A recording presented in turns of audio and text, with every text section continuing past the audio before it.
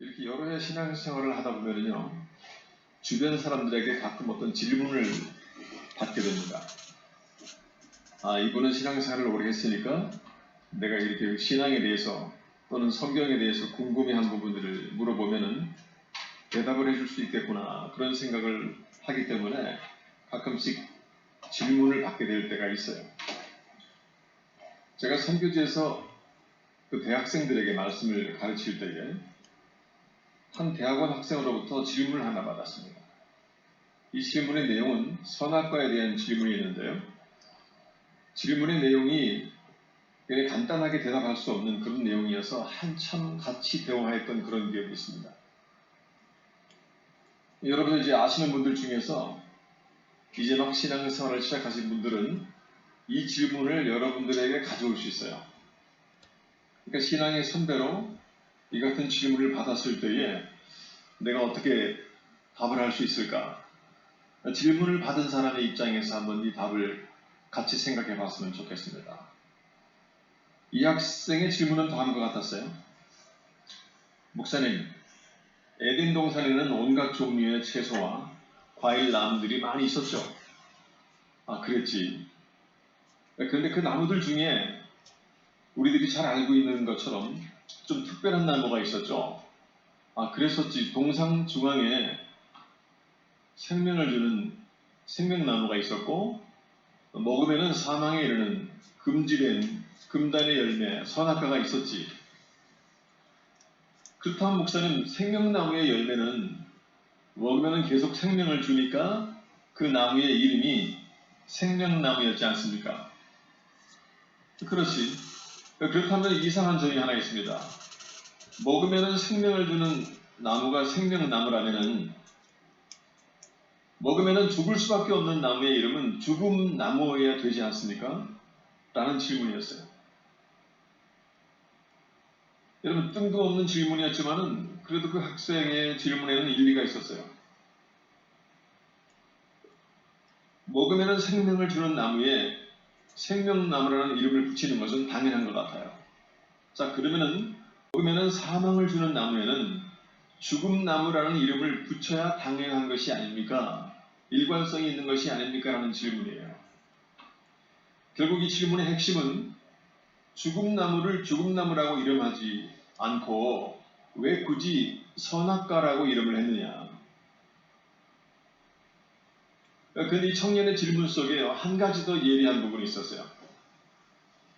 먹으면 죽는 열매가 열리는 나무라면 가능한 먹지 못하도록 해야 하지 않겠는가. 다시 말해서 분명히 먹으면 죽는 열매가 달렸다면 그것을 못 먹게 하기 위해서라도 나무의 이름 자체를 죽음나무라고 붙이면 아담과 하와가 그 이름을 생각하면서 무서워서라도 나무에 가까이 가고 싶지도 않았을 텐데, 근데 그 나무의 이름을 먹으면은 뭐를 알게 하는 지식을 주는 나무예요? 선악을. 아주 군침도는 이름을 붙이면은 누가 그것을 안 먹고 싶겠느냐. 그런데 더 이해가 안 가는 부분이 있다. 그것을 못 먹게 하려면은 그냥 먹으면 죽으니까, 그리고 먹지 못하도록 금해놓은 나무니까 못 먹도록 조치해야 되지 않겠느냐. 자, 그렇다면은 나무의 열매의 모습도 좀 이렇게 흉측하게 만들어 놓으면은 그 열매의 모습 생김새를 보면서라도 먹고 싶다가도 먹고 싶은 마음을 멈출 텐데, 그 나무의 열매가 어떻게 생겼어요? 보암직도 하고 먹음직도 하게 생겼어요. 결국 생명나무의 열매보다도 훨씬 더 탐스럽게 생겼단 말이죠. 자, 뭔가를 먹지 못하게 명령을 해놓고 그 나무의 이름은 근사하게 선악을 구분할 줄 아는 지식을 주는 나무라고 붙여놓고, 그리고 나무의 열매조차도 먹음직스럽고 보암직스러워 탐스럽게 만들어 놓았어요. 그런데요, 학생의 질문의 핵심은 따지겠다는 것이 아니고요, 진짜 궁금한 것은 그 다음에 있었어요. 목사님, 하나님께서 에덴 동산에는 아담과 하와가 스스로 절제해야 할, 금지시켜야 할 뭔가를 하나 만드셔야 했겠죠. 자, 그 금지시켜야 할 나무를 하나 만드신 후에 그 나무의 이름을 결정을 하는 가운데에서 그 나무의 이름을 선악과라는 이름을 붙이셔야 했던 그 필요성이 있을 텐데 그 필요성이 도대체 뭡니까? 라는 질문이었어요. 우리가 그 선악과에 대한 질문을 받으면요, 가장 흔한 대답이 이거예요. 아, 그거는 하나님께서 인간에게 자유의지를 주셨기 때문에 자유의지를 가지고 이것도 할 수 있고 저것도 할 수 있는데 하지 말아야 하는 것과 허락된 것이 두 개가 다 있어야 하지 말아야 하는 것을 내가 하나님의 명령이니까 하지 말아야지. 내 자유의지로 그렇게 판단할 수 있는 여지가 있어야 그 자유의지가 가치를 발휘하는 것이기 때문에 뭔가 허락하지 않는 금단의 뭔가가 있어야만 되었던 것이다라는 답을 하지요. 이것은 우리가 흔히 하는 대답입니다. 근데 사실 이것은 이 청년의 질문에 정확한 대답은 아니에요. 그 자유의지의 필요성, 뭔가를 금해야 하는 것이 필요성, 이것까지는 이 정도의 설명이면 이해가 돼요. 그러나 정말로 이 청년의 질문의 핵심은 뭐냐면은 뭔가를 금해놓고 그 자유의지의 가치를 발휘하게 만들고 어떤가를 금해놔야 한다면은 왜 하필이면은 그 많은 그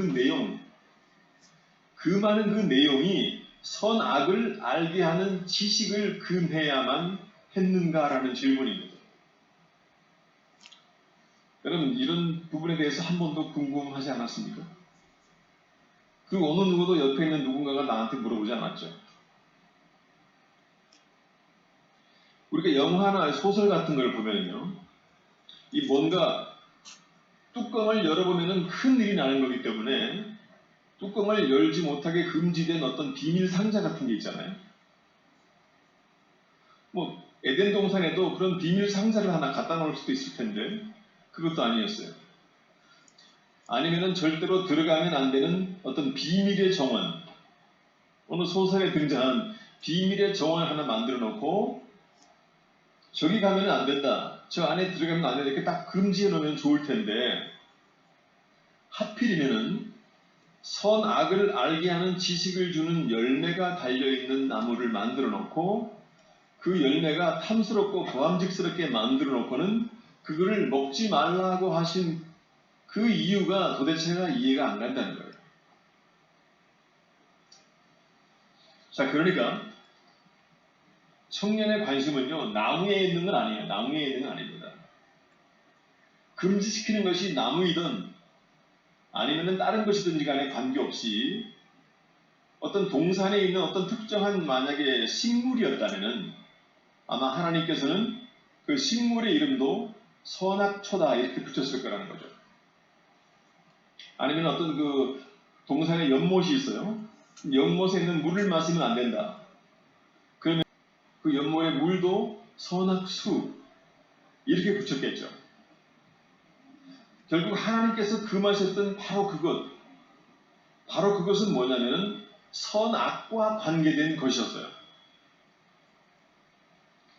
그것도 선악을 알게 만들어주는 능력, 지식을 주는 열매예요. 그것이 물이어서 마시던 아니면 그것이 꽃이어서 꺾어서 먹던 따서 열매로 먹던 어떤 물질이냐가 중요한 것이 아니라 일단은 그거를 먹게 되면 선악을 알게 되는 지식을 갖는다는 사실입니다. 근데 하나님은 반드시 금해야 하는 뭔가가 있었는데 금해야 하는 그것을 선악을 알게 하는 지식을 주는 것을 금해놓은 거예요.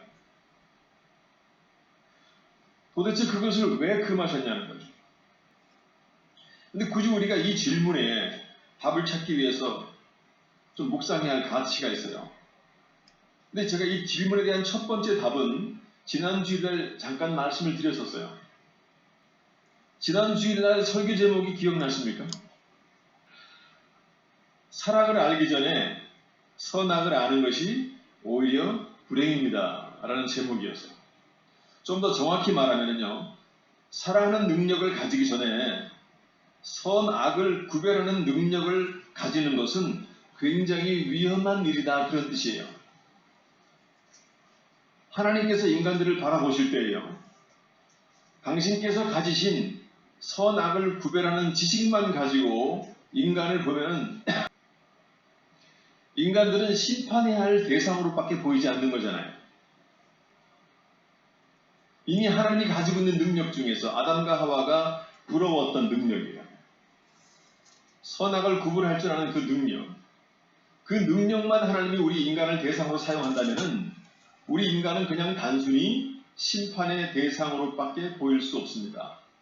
그러나 하나님은 선악을 구별하실 능력 전에 사랑하는 능력을 가지신 분이기 때문에 악을 행할 수밖에 없는 인간이 심판의 대상으로 보이기 전에 애처롭고 불쌍히 여기고 싶고 사랑스럽고 그래서 용서해 줄 대상으로 인간이 보이는 것입니다. 그 타락한 인간은요, 하나님께서 가지신 사랑하시는 능력에는 관심이 없었어요. 옳고 그른 것을 구분하는, 선악을 구분하는 능력만 가지면서 서로 네가 잘못이다, 비판하고 비난하고 결국 상처를 주는 일에만 선악을 구분하는 능력을 사용할 것이기 때문에 하나님은 그 능력을 가지는 것을 금하신 겁니다. 하나님의 사랑의 능력을 충분하게 배우지 못한 상태에서 선악을 구분하는 능력만 가지고 서로 비난하고 비판하면은 인간은 자기들이 가진 그 능력 때문에 스스로 불행할 것이기 때문에 그 결과를 정확히 아는 하나님은 선악을 알게 하는 지식의 나무를 금하실 수밖에 없었던 거죠. 하나님의 사랑의 능력, 하나님의 사랑의 본질을 충분하게 그들이 배우기 전에 그들이 선악을 아는 능력을 먼저 가졌기 때문에 그 능력은 인간들끼리 사용될 때에 비난하고 비판하고 서로 미워하고 사람을 차별하고 어떤 사람을 쉽게 범죄자로 몰아가고 나는 그 죄를 짓지 않았기 때문에 나는 의인이라고 스스로 교만해지고 이렇게 안 좋은 결과만을 계속 생산해내는 그런 결과를 보게 됩니다. 그렇기 때문에 이제 순서가 바뀐 거예요. 아담과 하와가 선악과를 따먹지 않고 에덴 동산에 오래 머물면서 하나님으로부터 아담과 하와가 자손을 거기서 낳고 사람이 번성하면서 사람과 사람 사이에 사랑의 능력이 더 중요하다는 사실을 충분하게 배운 다음에 그 다음에 이제 선악을 알게 되는 그 능력을 그들이 가지게 된다면 그때는 그 능력이 오히려 사람을 이해해주고 너나 나나 악한 죄성이 있으니까 이렇게 서로 이해해주고 용서해주는 데 사용할 텐데 그러지 않으니까 그들은 사랑을 배우기 전에 먼저 선악을 구분하는 능력부터 배우는 것을 하나님은 금하실 수밖에 없었던 거죠. 그런 이후에 인간이 그 능력을 가지고 살아갈 때 반드시 필요한 사랑의 능력을 인간에게 직접 주시기 위해서 당신께서 이 땅에 오셔서 사랑의 비타민인 결정체로 십자가의 죽으심으로 말미암아 인간에게 사랑의 능력을 심어주고 싶어 하셨어요. 그 사랑의 결정체인 예수님이 십자가에 죽으시고 그 죽으심으로 사랑이 무엇인지를 정확하게 보여주신 이후에 그 예수님이 하시는 말씀이 내 살을 먹고 내 피를 마시라. 사랑의 결정체, 사랑의 비타민을 먹으라는 거죠. 그러면서 하나님께서 말씀하시는 걸 우리가 한번 들어봐야 됩니다. 만약에 너희들이 사랑하는 능력을 나를 통해서 배우고 사랑의 양식인 예수 그리스도의 살과 피를 이해하고 먹으면은 너희 안에 나의 사랑의 능력까지 가지게 될 것이고 그렇다면은 선악을 구분하는 능력이 그때부터는 비판이나 비난을 불러오는 것이 아니라 오히려 너희들을 이해해주고 용서해주는 그 능력으로 사용될 수 있기 때문에 그때부터는 행복한 과정으로 이어질 것이다. 그렇기 때문에 하나님께서 성경을 통해서요, 당신은 사랑이라고 자꾸 강조하시는 거예요. 나는 선악을 구분하는 능력을 가졌지만은 심판의 하나님이 아니라 그 전에 나는 사랑의 하나님이야. 너희들은 내 자녀이기 때문에 먼저 그 속성을 배워야 한다고 강조하시는 거예요. 이것이 바로 에덴 동산에서 하나님께서 사랑의 능력을 배우기 전에는 사랑할 능력이 없던 아담과 하와에게 반드시 금해야 했던 것이 먼저 그들이 선악을 구분하는 능력부터 가지는 것을 하나님은 금하실 수밖에 없었던 겁니다. 여러분, 칼을 사용할 줄 모르는 어린아이들에게 칼부터 손에 쥐어주면 안 되지요. 자, 그럼에도 불구하고 아이들은요, 호기심이 많기 때문에 저기 멋진 칼이 선반에 올려져 있으면은 아빠 엄마가 손을 대지 말라 그래도요, 기어코 그 칼을 꺼내서 사용하고 싶은 거예요. 그래서 아빠 엄마, 나 저 칼 잘 사용할 수 있어요 라고 우기는 거죠. 그래도 그 아이 자신보다 더 정확히 아는 부모는 그 칼을 금하고 가까이 가지도 못하게 만듭니다. 그런데 아이는 부모 몰래 그 칼을 훔쳐서 결국에는 잘못 사용하게 되면서 그 칼이 사람을 죽이게 되는 결과를 가지고 올 수도 있어요. 결국 선악과가 그것을 사용할 줄 아는 능력이 없는 아이의 손에 쥐어진 칼처럼 인간을 죽이는 데에 사용되게 된 것입니다.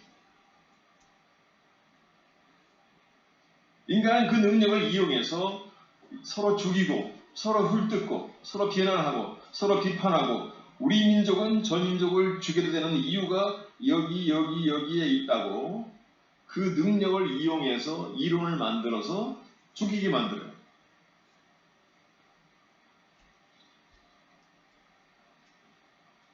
자, 이렇게 선악과를 금하신 첫 번째 이유는 이 정도로 하고요. 그 다음 단계가 이제 오늘 말씀 속에는 중요합니다.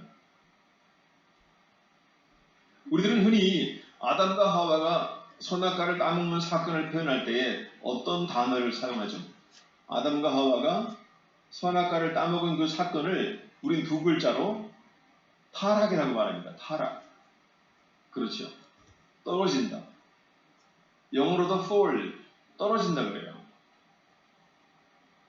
우리가 타락이라는 단어를 사용해서 선악과를 따먹은 그 사건을 표현하면서 인간이 타락한 후에 이 말은요, 인간이 선악과를 따먹은 후에 이 말과 똑같잖아요. 다시 말해서 선악과를 따먹은 행위를 두 글자로 타락이라고 말해요. 그래서 선과 악이라는 단어 속에는요, 타락이 시작된 어떤 시점을 보여주고 있어요. 타락이 무슨 뜻이죠? 타락. 한자로 보세요. 원래의 자리에서 아래로 떨어지는 거예요. 원래 있어야 할 자리에서 뭔가를 실수해서 아래로 떨어지는 겁니다. 그래서 타자도 떨어질 타자고요. 이 낙자도 떨어질 낙자예요. 원래 자리에서 아래로 떨어진 것입니다. 하나님께 속했던 자리에서 사탄에게 속하는 땅의 자리로 떨어진 거예요. 자, 그렇다면 선악이 어떻게 떨어진 겁니까? 어떻게 타락한 거예요?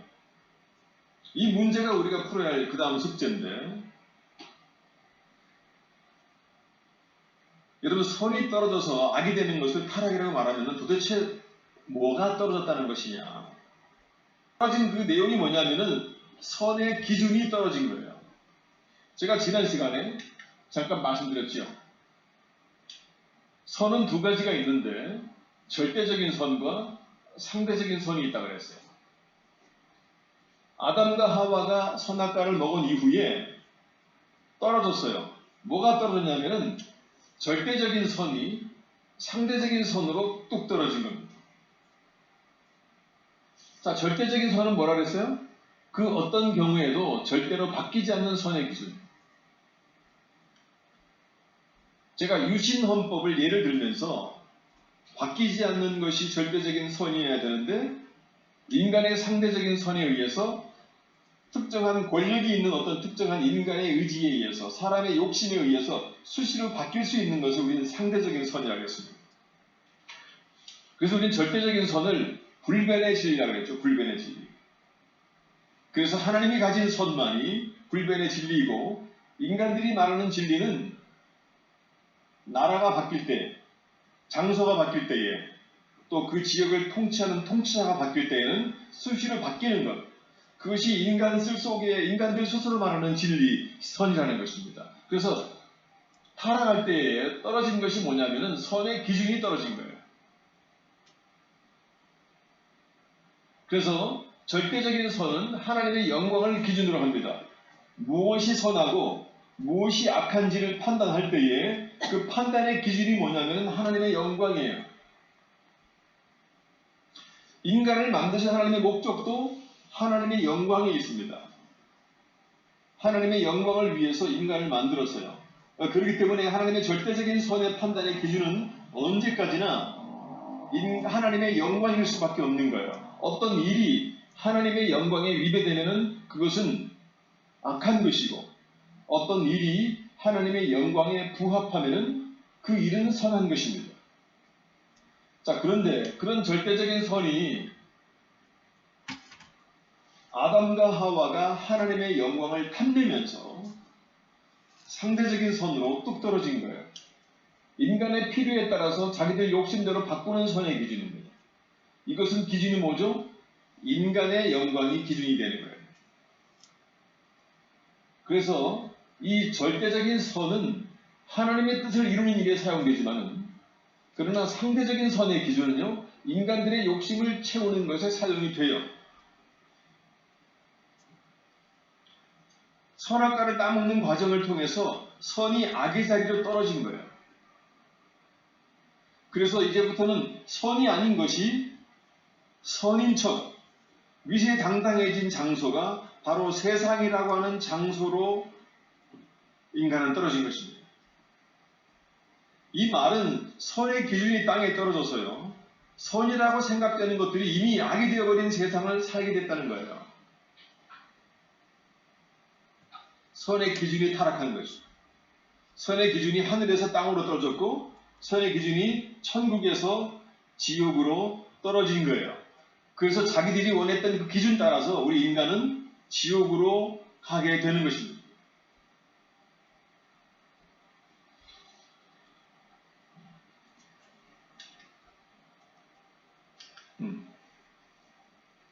결국 하나님의 입장에서는요, 절대적인 선만 선이지 상대적인 선은 더 이상 선이 아니라 선 비슷한 것도 아니고 악이라는 자세입니다.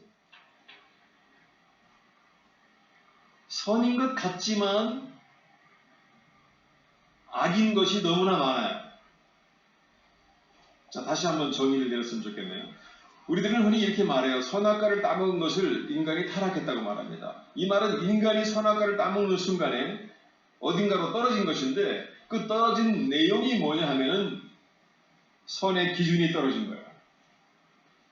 다시 말해서 인간은 자기들 마음대로 선을 만드는 거예요. 인간이 만들어 놓은 선의 기준은 원래 절대적인 선이었던 하나님의 영광과는 아무 관계가 없는 그런 것들이 온통 선한 것이 되어서 우리 인간의 마음속에, 당신은 선합니다, 이것은 선하고 악하고 이렇게 되어버리는 것이 바로 이 땅의 실체이지요.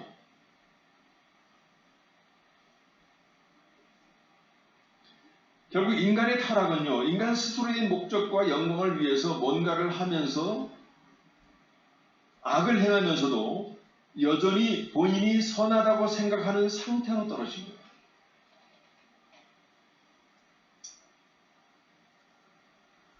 이걸 우리가 솔직하게 좀 더 깊이 표현하면요, 인간은 그가 아무리 도덕적으로 윤리적으로 훌륭한 종교인이라서 내가 하나님의 영광을 위하여 이렇게 한다고 말해도 그 속에 절대적인 기준인 하나님의 영광이 아닌 자기 영광이 기준일 경우에는요, 그가 종교인이고 성직자고 훌륭한 사람이고 수많은 사람들에게 존경을 받는 대상이라 할지라도 그 사람이 하는 행위는 선이 아니고 이미 악이라는 사실. 그래서 유대인들과 바리새인들이 그들이 구약의 성경을 다 암송하면서 선하고 의를 쌓기 위해서 열심히 선한 일들을 해요. 한 인생을 그렇게 살았던 사람들을 주님이 만난 다음에 절대적인 기준인 예수 그리스도께서 그들을 딱 만나니까 그들이 가지고 있는 선의 기준이 이미 악이라는 사실이 눈에 딱 보이잖아요. 그래서 주님은 그들에게 말합니다. 너희는 겉으로는 선한 것 같지만 회칠한 무덤, 속은 죽어있지만 겉에만 하얗게 색칠한 그런 회칠한 무덤하고 똑같아요. 너희는 하나님의 영광과 관계없고 자기의 영광을 위해서 선을 쌓고 의를 만드는 율법을 이용하는 하나님의 절대적인 기준이 아닌 인간의 상대적인 기준 속에 살아가는 독사 같은 독사의 자식들이다. 거기서 독사는 사탄을 말하는 것이거든요. 사단의 영광을 위해서 너희들은 열심히 지금 의를 쌓고 있다는 거예요. 이 말이 얼마나 그들에게는 기가 막히게 들리겠어요. 계속 그렇게 말하니까 그들은 예수님을 십자가에 죽일 수밖에 없었습니다. 자기들이 그동안에 얼마나 존경받으면서 선하게 거룩하게 구약성경을 다 외우면서 신실하게 의를 쌓아왔는데 그 모든 쌓아온 것이 의가 아니라 악이라고 말하니 그들은 그렇게 말하는 예수 그리스도를 더 많은 사람들을 그 사람이 만나기 전에 죽여야만 했겠죠. 이렇게 인간이 선악을 구분해서 서로 선하다고 생각하는 그 능력이 결국에는 예수 그리스도까지 십자가에 죽인 것입니다. 그렇기 때문에 선과 악을 구분하는 지식을 가지는 것을 하나님은 철저하게 막으셔야 했던 거예요. 왜? 그들이 그것을 가지고자 하는 목적이 하나님의 영광이 아니라 자기 영광이었기 때문에.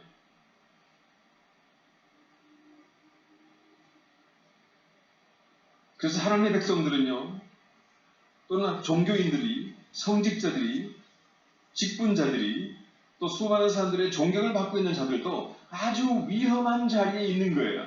그들이 자기 영광에 연연하면은 스스로 속는 것이고 그것이 악한 것이고 그 모든 행위가 예수 그리스도를 십자가에 못 박는 행위인 거예요. 그래서 인간을 만드신 하나님은 성경을 통해서 인간에 대해서 스스로 정확하게 파악하게 만듭니다. 인간에게는 선한 것이 없다. 의는 없나니 하나도 없고 모든 인간은 죄인이다. 결국 그 기준이 악하다는 거예요. 그들이 가지고 있는 기준이 그들이 아무리 훌륭해 보여도 그들은 자신의 훌륭함과 자기의 영광과 자기의 인기와 자기 명예가 목적에 있기 때문에 그것을 벗어나지 못할 경우에는 이미 그 행동은 어떤 것이든 상관이 없어요. 아무리 수십만 명, 수백만 명의 존경받는 대상이라도 하나님은 그거에 전혀 관심이 없습니다. 인간들은 거기에 소리 지르면서 환호하지만은 그러나 하나님 보셨을 때는 이미 그것은 선한 것이 아닌 거예요. 근데 사람들은 이것이 잘 공감하지 못해요. 왜 그럴까요? 아니 세상에 좋은 사람들이 얼마나 많은데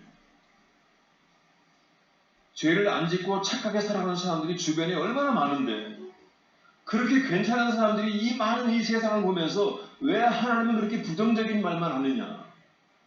왜 성경은 말하기를 인간에게 선한 구석이 없다고 말하나? 거기다가 의는 없나니 한 명도 없다고 폭로하는 것은 도대체 뭘 의미하는 것인가? 여러분 선한 사람일수록 여기서 말하는 선은 인간끼리의 선을 말하는 거죠. 의롭게 살고 선하게 사는 사람일수록요 성경이 더 부담스러운 거예요. 마치 유대인들이 예수 그리스도를 만나는 것이 부담스러웠던 것처럼 인간의 선의 기준은요 하나님의 절대적인 선을 자꾸 피하고 싶은 거예요. 왜? 그 선을 딱 만나면은 자기의 때 묻은 몸이 보이니까, 자기의 모습이 벌거벗은 것처럼 허물이 보이니까 싫은 겁니다. 인간은 이미 그가 무엇을 하든지 간에 그가 아무리 많은 사람들의 추종을 받는 자라 할지라도 이미 타락해버린 인간은요, 자신의 목적과 자신의 영광과 자기 자신을 사랑하는 마음에서 이것도 하고 저것도 하고 있기 때문에 하나님의 영광과는 무관한 거예요. 그렇기 때문에 우리가 하늘나라 가서 받는 상급이 뭐라고 그랬죠? 금은보화가 아니고 영광이란 말입니다. 영광. 예수님께서 유대인들에게 말했잖아요. 너희는 이미 이 땅에서 영광을 받았으니까 하늘에 가서 받을 상급이 없다 그랬잖아요. 상급. 상급이라는 단어는요, 그때밖에 안 나와요. 상급을 정확히 알면은요, 정말 두려운 사람들이 누구냐면은 수많은 사람들의 존경을 받는 자리에 있는 사람들이 엄청 두려울 수밖에 없는 거예요. 왜? 끝없이 영광을 받으니까. 인간의 타락한 속성은요, 내가 다 인기를 얻고 싶고 내가 다 영광을 받고 싶어요. 그렇게 인기를 누리고 영광을 누리다가 어느 순간에 그 자리에 가지 못하면요, 자살하는 거예요. 거기에 푹 취해 있었다가 마치 마약을 하던 사람이 마약이 끊어지면은 차라리 죽는 게 나은 것처럼, 그 마약이 주는 어떤 설명할 수 없는 희열을 계속 경험하지 못하게 되면은요, 그 타락한 육신은 차라리 죽는 것이 나은 거예요. 그것이, 그 희열이, 그 영광이 그를 죽음으로 끌고 가는 겁니다. 달콤한 것이. 그러니까 인생을 너무 달콤하게 살아 그러면 안 돼요. 커피도요, 바닐라 라떼보다는 아메리카노가 더 좋아요. 커피 라떼를, 제가 바닐라 라떼를 달라고 그랬는데 커피 라떼를 주더라고요. 그러면서 아니 이거 바닐라 라떼 아니잖아요. 그러니까 아 참 하면서 거기다가 바닐라 시럽 쭉 부어주더라고요. 그럼 바닐라 라떼라고. 그러면서 더 비싸잖아요. 몸에 더 안 좋은 거를 추가해주고 돈을 더 받아요. 그러면서 사람들은 스타벅스가 찍혀있는 바닐라 라떼를 들고 아 나는 문화인이야 그러면서 이미 다 먹었는데도 버리지 않고 그거 들고 다녀요. 요즘에 중고등학생들도 그래. 그렇다고 제가 뭐 바닐라 라떼를 막 지탄하는 건 아니에요. 다시 말해서 너무 인간이 달콤한 것을 추구하면 안 된다는 겁니다. 우리 몸에 제일 나쁜 게 뭔지 아세요? 맛이 5가지가 있죠. 짠맛, 신맛, 매운맛, 쓴맛, 그 다음에 뭐죠? 단맛.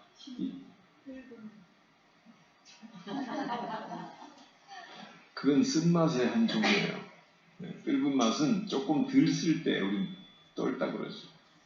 그러니까는 신맛, 짠맛, 매운맛, 뭐죠? 단맛, 쓴맛 중에서 제일 몸에 안 좋은 게 단맛이에요. 근데 인간이 제일 좋아하는 맛이 무슨 맛이죠? 단맛이에요. 참 희한하잖아요.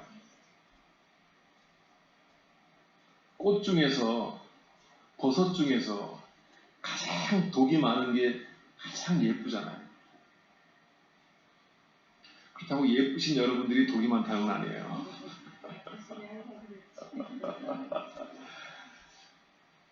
아니 세상의 원리가 그렇다는 겁니다. 하나님께서 세상을 만드실 때에 그렇게 만들어 놓으셨어요. 그 속에서 우리는 하나님의 마음을 발견하고 내가 뭘 조금 절제하고 내가 뭘 선택해야 되는지를 판단하면 되는 겁니다. 하나님의 원리는 곳곳에 심어져 있는 거예요.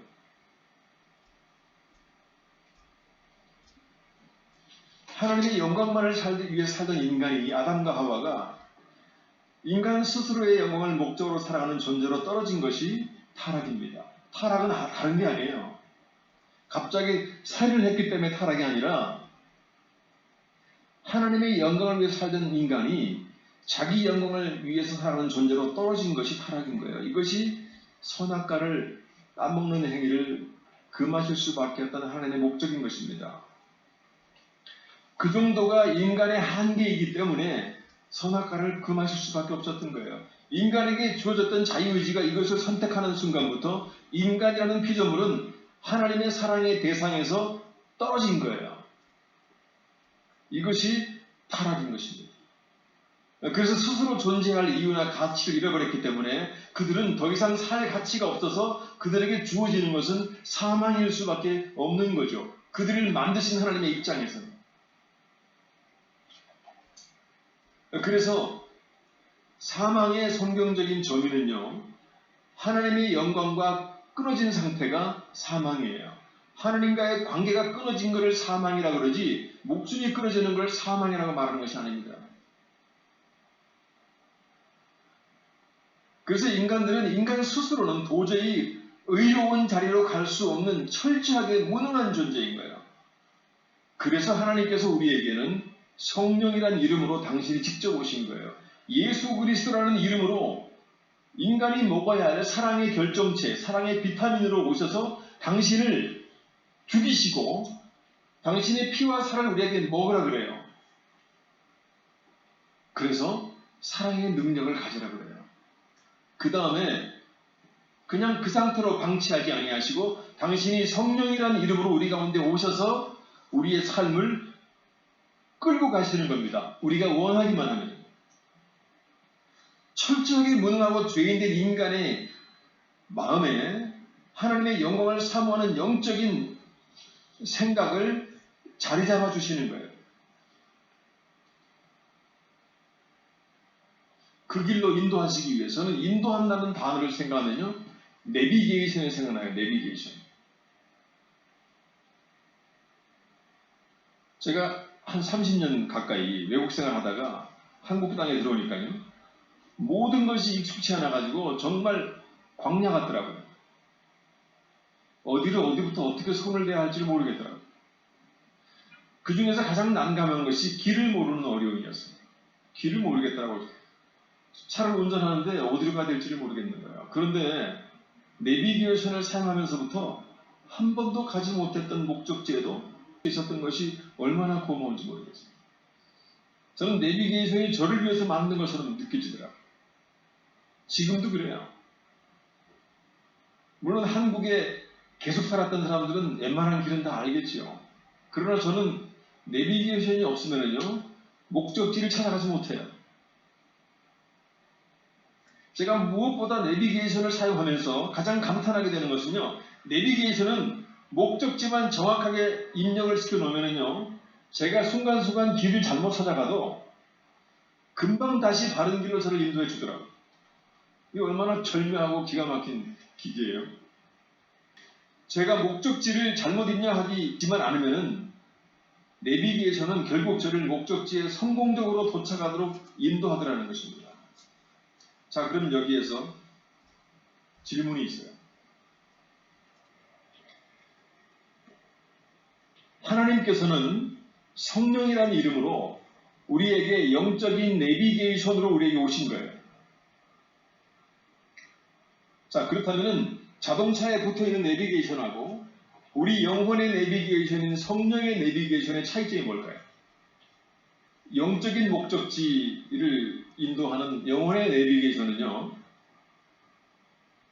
목적지를 정확하게 입력하지 않으면 작동하지 않아요.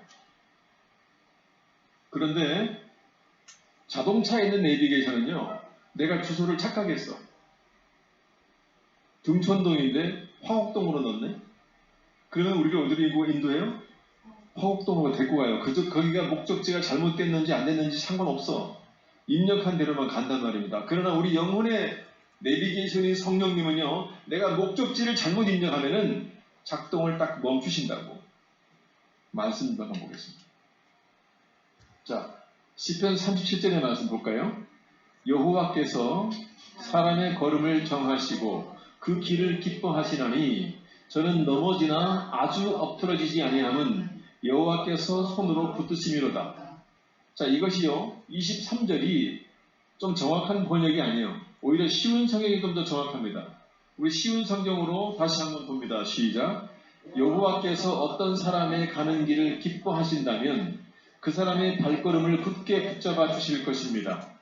비틀거릴지라도 넘어지지 않을 것입니다. 왜냐하면 여호와께서 그의 손을 붙잡고 계시기 때문입니다. 여기 보세요. 여호와께서 어떤 사람이 가는 길을 기뻐하신다면은, 다시 말해서 우리가 목적지만 길만 제대로 입력해 놓는다면은, 우리가 말씀을 통하여서 우리가 가야 할 목적지가 어딘지를 정확하게만 안다면은, 그렇게 입력만 해 놓는다면은 하나님께서는, 영혼의 내비교시는 성령께서는 우리를 그 목적지로 반드시 성공적으로 끌고 가신다는 겁니다.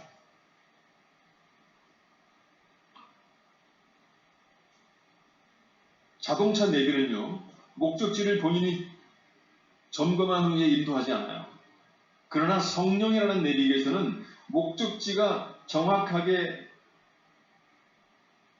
절대적인 기준이 아닐 경우에 성령께서는 그 목적지로 우리를 인도하지 않습니다. 목적지를 정확하게 입력할 때까지 기다리셔요.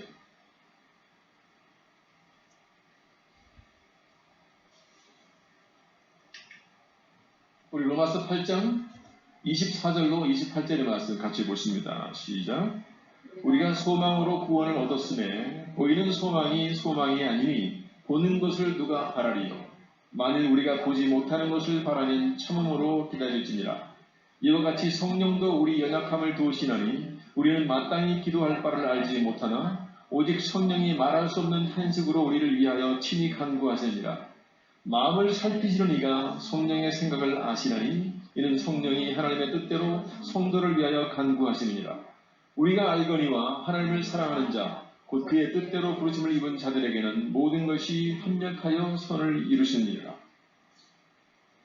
그의 뜻대로 목적지를 입력하는 자는요, 그 어떤 상황에서도 그 상황이 그 사람을 목적지로 인도하는 대로만 사용되어집니다. 여러분, 24절에 우리가 소망으로 구원을 얻었음에 보이는 소망이 소망이 아니니 보는 것을 누가 바라리요. 보이는 소망이 뭐죠? 이 땅에서 인간이 자기 욕심대로 원하는 것입니다. 당장의 눈에 보이지 않는 소망은 뭐죠? 우리가 소망으로 구원을 얻었으며 보이는 소망이 소망이 아니니 보이지 않는 소망을 우리가 좀 더 목적지로 두라는 거예요. 내 선의 기준이 성령의 도우심을 통하여서 상대적인 기준, 인간의 영광이나 인간의 욕심에서 절대적인 기준, 하나님의 영광을 생각하는 기준이죠. 그걸로 바뀌면은 당장의 눈에 보이지 않아도 우리가 하나님의 기쁨을 위하여서 뭔가를 참아낼 수 있다는 거예요. 만약 우리가 보이지 않는 것을 바라면은 참아서 기다릴 수 있다는 겁니다.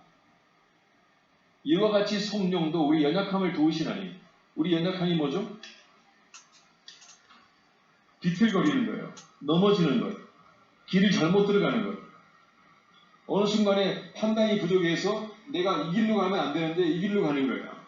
그러나 우리가 목적지만 정확하게 하나님의 뜻에 맞게 입력해 놓으면 성령께서는 우리 연약함을 아시기 때문에 우리를 도우셔서 우리가 마땅히 기도할 바를 알게 하시고 기도하게 하시고 그분이 안타까운 마음으로 우리를 친히 살펴서 우리의 길을 인도하신다는 사실입니다. 그래서 모든 것을 협력하여 그 길을 인도하는 쪽으로만 사용한다는 거예요. 모든 것이 뭐죠? 어떨 때는 내가 병드는 것, 내가 어떨 때는 궁핍해지는 것, 내가 인간관계에서 상처받는 것, 내가 어느 순간에 나이를 많이 먹어서 몸이 약해지는 것, 내가 생각지도 않았던 어떤 일로 억울한 일을 당하는 것, 이 모든 일들을 이용해서 우리를 선으로 목적지로 인도하는 데에 사용한단 말입니다. 이것을 하나의 도구로. 우리는 그 순간에 정말 힘들고 어렵겠지만 그러나 성령께서는 그 모든 것, 예기치 않던 모든 상황들을 이용해서 우리를 목적지로 인도하는 데에 사용하시겠다는 하나님의 의지가 그 속에 들어있는 거예요. 내가 영적인 내비게이션에 목적지만 정확하게 입력해 놓으면요, 나의 도움자, 나의 인도자로 성령이 영혼의 내비게이션 되어서 나를 항상 정확하게 목적지를 끌고 가겠다는 겁니다. 자, 말씀 맺으면서 제 경우에 영혼의 내비게이션에 입력해 놓은 주소를 제가 말씀드릴게요. 여러분, 말씀은요, 듣는 것도 중요하지만은 이 어플리케이션, 적용이 중요해요. 적용이. 어플라이 하는 게 중요해요.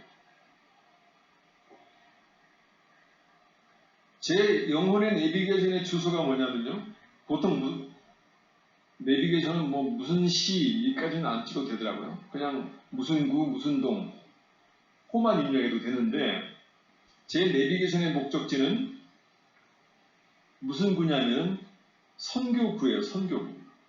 그 다음에 하나님의 영광동, 번지는 32-24호. 제 머릿속에 어느 나라에 살든지요, 제가 하는 모든 활동의 우선 목적은 뭐냐면 선교예요.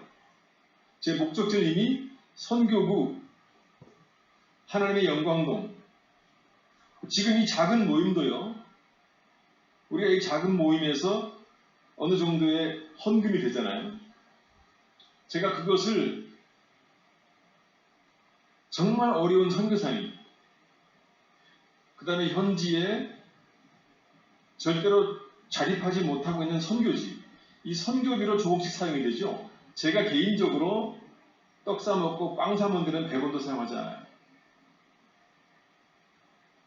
제가 입력해 놓은 주소가 정확하게 선교구 하나님의 영광동이에요. 왜 하나님의 영광동일까요? 일단 저는 머릿속에 어느 나라에 살든지 선교에 대한 목적이 있고, 상황이 쉽지가 않아도 최소한의 선교를 하는데, 혹시라도 내가 스스로 내가 그렇게 하기 때문에 내가 조금 잘난 거 아니야? 이렇게 생각하는 것은 굉장히 위험하기 때문에 영혼의 내비게이션에는요, 반드시 하나님의 영광동이라고 입력해 놔야 되는 거예요.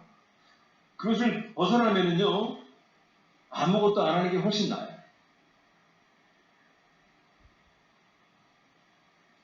이게 굉장히 중요합니다. 종교인들에게는. 특히 성직자나 사람들을 리드하는 종교 지도자에게는요, 이 정신이 굉장히 중요해요. 이게 없으면요, 주소가 하나님의 영광동이 아니고 내 영광동이면요, 아무것도 안 하는 게 나아요. 왜냐하면 그 사람이 하는 행동 하나하나가, 사람들에게 존경받는 하나하나가 다 하나님의 미움의 이유가 되기 때문입니다. 하늘나라의 상급을 까먹는 이유가 되기 때문에, 그 이유, 그걸 모르니까 그냥 그 위험한 자리에다가 또 막 세습을 시켜가지고 아들을 앉혀놓으려고 그러고 막 그러는 거예요, 사람들이. 그래서 그 얘기는 제가 더 안 하겠고, 그게 얼마나 위험한 건데. 말씀을 통해서요, 우리가 입력해야 할 영적인 주소가 어딘지를 정확하게 알면은요, 하나님이 굉장히 두려운 거예요. 하나님을 경외하게 되는 겁니다. 제가 이 모임을 시작할 때에 첫 번째 했던 설교가 하나님 두려움 사상이었어요. 하나님 경외 사상. 근데 번지수가 정확해야 돼요. 39-27번지여야 돼요. 뭐 여러분이 뭔지 알죠? 39 플러스 27이 얼마죠? 66권. 성경. 구약은 39권, 신약은 27권. 번지수가 정확해야 돼요. 그 말씀에서 모든 아이디어를 받아야지, 그 말씀을 어긋난 상태에서 아무리 좋은 일 하고 아무리 훌륭한 일 해도 내 목적지가 잘못된 겁니다. 그것을 우리가 2단이라고 해요. 2단. 2단은 처음에는 비슷한 것 같아요. 그러나 끝단자, 발을 잇자, 끝에 가서 목적지가 다른 거예요. 처음에는 비슷한 것 같지만은 끝이 뭐예요? 천국과 지옥만큼이나 다른 겁니다. 성경에 정확하게 기준을 두고, 왜냐하면 성령의 인도하심도요 반드시 성경 말씀과 함께 하기 때문입니다.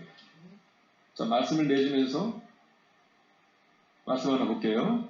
같이 봅니다. 각 사람에게 성령을 나타내심은 유익하게 하려 하심이라. 어떤 사람에게는 성령으로 말미암아 지혜의 말씀을, 어떤 사람에게는 같은 성령을 따라 지식의 말씀을. 여기 보면은 말미암아 또는 따라, 이 전치사가 사용되는데요. 이 말미암아는 헬라어 디아인데 문물을 통하여, 어떤 방법으로, 다시 말해서 성령을 통하여서 성령의 방법으로. 여기 따라는요 카타라는 단어인데, 이게 영어 성경에 번역이 잘 됐어요. According to the standard of Holy Spirit. 성령의 기준을 따라서 우리에게 말씀하시는 거예요. 지식의 말씀과 지혜의 말씀. 지식의 말씀은 하나님의 마음을 분별하는 거예요. 지식은 하나님을 아는 지식을 말하는 것입니다. 그 다음에 지혜는 순간순간 우리의 삶 속에서 매 순간 판단해 나가야 되는 매 순간의 분별력을 말하는 거예요. 하나님을 아는 지식 속에서 성령께서 우리가 매 순간에 판단할 때에 분별할 수 있는 지혜를, 번떡이는 지혜를 주시는 거예요. 우리 사도행전 10장 44절, 베드로가 이 말을 할 때에 성령이 말씀 듣는 모든 사람에게 내려오사. 성령은 말씀과 함께 움직이는 거예요. 구원의 투구와 성령의 검, 곧 하나님의 말씀을 가지라. 성령의 도우심이 매 순간에 나를 지키는 방패가 되고 내가 필요한 무기가 된다는 말입니다. 그 말씀이. 다시 말해서 성령의 도움은 하나님의 말씀과 항상 같이 간다는 거예요. 말씀이 배제된 성령의 도움은 비슷한 것 같지만은 끝은 하늘과 땅 차이로 큰 차이가 납니다. 그래서 귀 있는 자는 성령이 교회들에게 하시는 말씀을 들을지어다. 여기서 교회는 에클레시아, 하나님의 부르심받은 성도들 한 사람 한 사람을 교회라 그러는 거예요. 이 빌딩을 말하는 것이 아니라 성도들 한 사람 한 사람은 성령의 인도를 받으라는 것입니다. 여러분, 지금 신앙의 여정을 가면서요, 우리가 이 예사모라는 자동차를 타고 계신데 좀 불안해하지 않았으면 좋겠어요. 제가 운전자라서 불안해하지 않는 것이 아니라 제 내비게이션에 정확한 목적지가 입력되어 있기 때문에 그것 때문에 불안해하지 마시라는 거예요. 우리는 내일 생길 일, 잠시 뒤에 생길 일 몰라요. 그러나 우리 영혼의 내비게이션에 성령님께서 함께하면 또 한 주간 정확한 길목 매 순간순간에 성령께서 우리에게 지혜의 말씀과 지식의 말씀으로 우리의 길을 매 순간 인도해서 하나님 허락하신 한 주간 성령의 인도하심으로 성공적인 한 주간 살 수 있기를 주님의 이름으로 축원드립니다.